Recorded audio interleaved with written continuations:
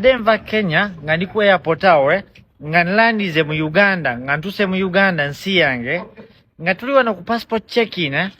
babaddewo obuchina bubiri musajja n'omukazi kati omukazi nagezako okummanyira omukazi n'angamba please can you give me some distance corona distance ekyo kyanzijjako wala nentandika omuvuma ne mugamba ani eyaleeta corona mu nsi yonna si mwe bachina oli mu nsi yange ate oyagala kummanyira muno give me distance. These people should learn respect ongamba batya we are in a public place so you should respect people ate buno bu immigration officers ku airport ne bugezako kummanyira muno bwagala kunkwata bwagala kunteka munda nembagamba munteke munda naye tewali muntu ajja kummanyirayo batyo badde muwadde some distance ate angamba give me some distance kyokka mu China be baleeta corona.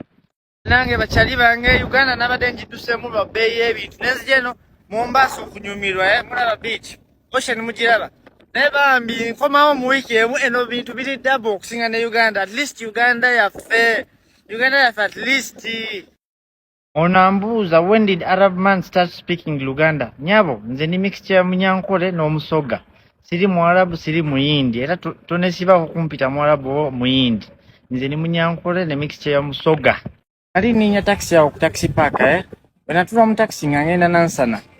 abakazi babiri ne batandika okungera ne bagamba kano kasajja kalina ennyinda empanvu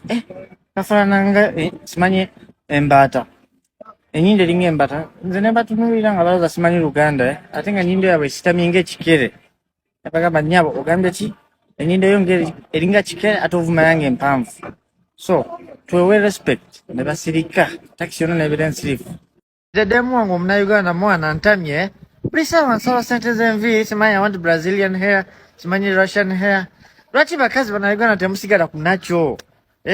temusigala ku nakyo nga Muhammad naye lwaki abantu bagamba muno ni mbega Muhammad oli mbega lwakanga manyi nnimi musanvu manyi Luganda manyi Lunyankole manyi Luswahili manyi Luzungu manyi Luyindi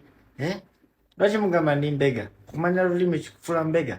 Ate wano ku TikTok live kyali wangu omu n'angamba Muhammad kankuwolezeyo obukazi bukubeezewo anti oli waka leero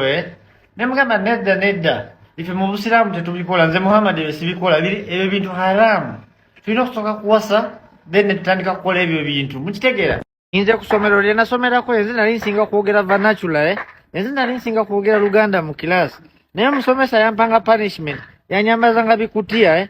nga ntambula ne bikutiya lunaku lulamba lulala yali anzijamu engato ngamba tambula bate kuva kumakya paka lwegulo nga nze mbonyebonye